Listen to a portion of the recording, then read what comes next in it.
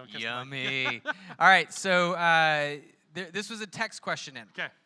Everyone has a plan till they get punched in the face. Mike Tyson. That is a great quote. That's a great quote.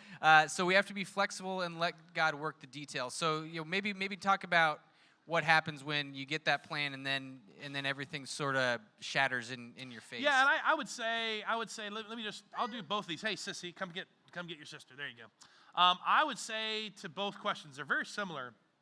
One is this one in terms of like what happens when you get knocked out, right? What happens when you get your plan and then somebody else interacts with your plan and it's done. Right.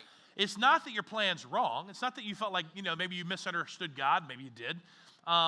But the reality is that conflict's going to come, trouble's going to come, storms are going to come.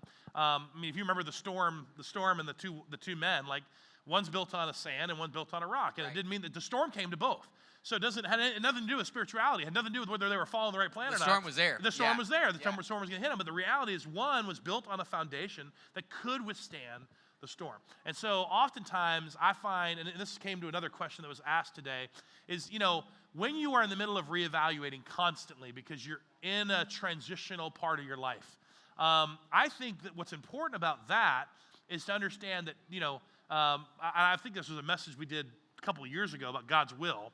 Yep. That, we assume that when bad things happen that we're not in God's will.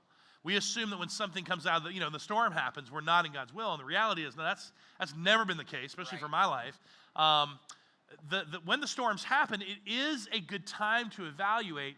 But the reality is that, look, when you reevaluate and you're praying and you're saying, okay, God, give it to me, you are praying for peace because peace is what is promised. That's all it's promised. Yep. Peace is going to come with hopefully a conviction or a thought or an action that you can do differently, and that's fine. You have a peace in the midst of it, and you have something to do. Sometimes all that comes is peace. And so I was even telling one of the other gentlemen that the reality is sometimes you just have to keep praying until God takes the question away.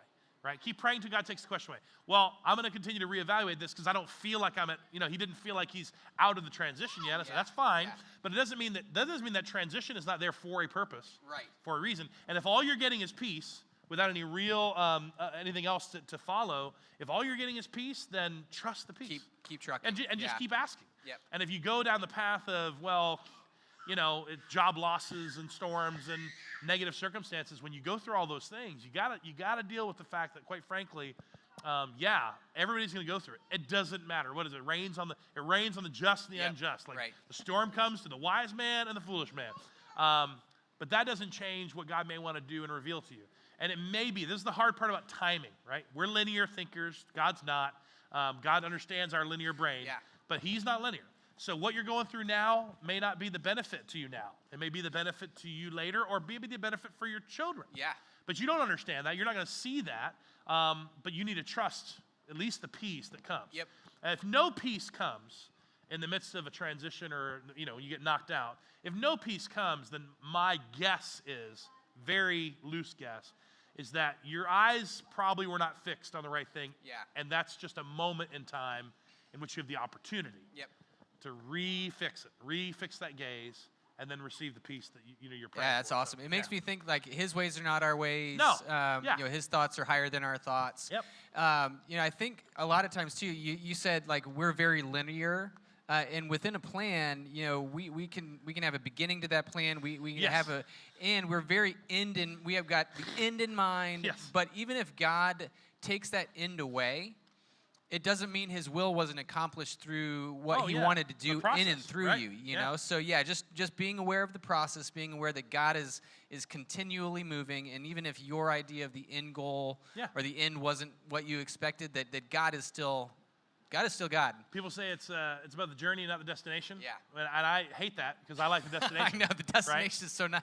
The destination is where I want, the beach is where I want to be. That's right. I want to get to the beach. Disneyland. I want to be there. But no, the journey, you don't know what the benefit of the journey does for you. And again, it doesn't always mean it's right away. So and that's hard. I say all that, again, not knowing everyone's circumstances. It's very difficult. It's very personal. And so I would just continue to encourage you to pray.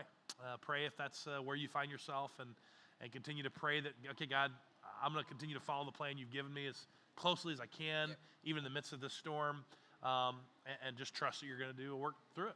So, yeah. Right on. Cool. Cool beans. Thank you so much for asking We'll see you guys questions, next week. and we'll see you next